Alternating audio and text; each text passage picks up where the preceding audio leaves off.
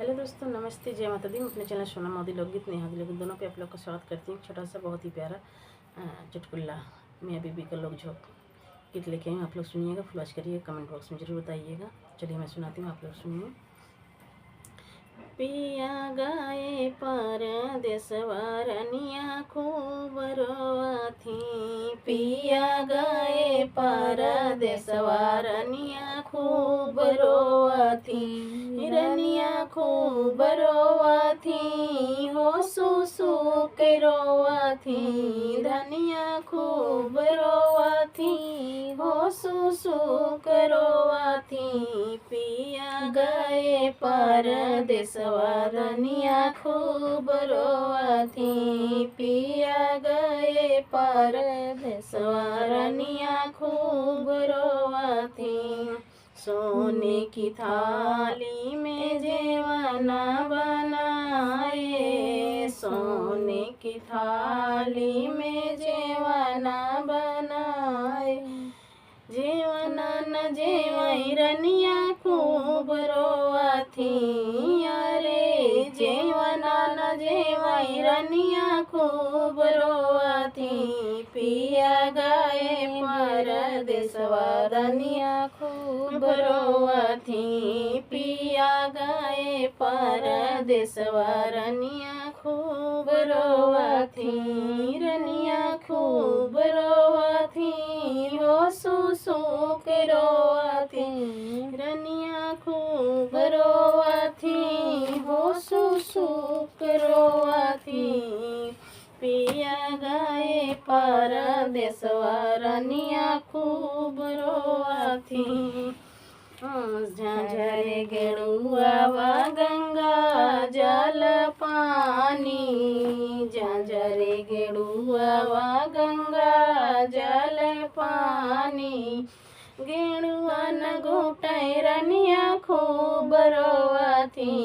अरे गेड़ुआ न घुटै रनिया खूब रोवथी। पिया गए परदेसवा रनिया खूब रोवथी। पिया गए परदेसवा रनिया खूब रोवथी। लाची लमगर सबीरवा जोराए।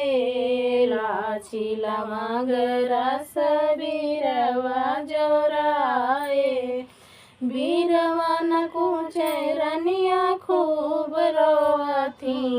अरे बीरवा न कुचै रनिया खूब रोवथी। पिया गए परदेसवा रनिया खूब रोवथी। पिया गए परदेसवा रनिया खूब रोवथी। रनिया खूब रोवथी हो सुसुक रोवथी। रनिया खूब रोवथी हो सुसुक रोवथी। राजा गए हैं विदेशवा रनिया खूब रोवथी। फूला ही बीने चुने से जिया लगाए। फूला ही बीने चुने से जिया लगाए। तकिया पकड़ रनिया खूब रोवथी। जी तकिया पकड़ रनिया खूब रोवथी।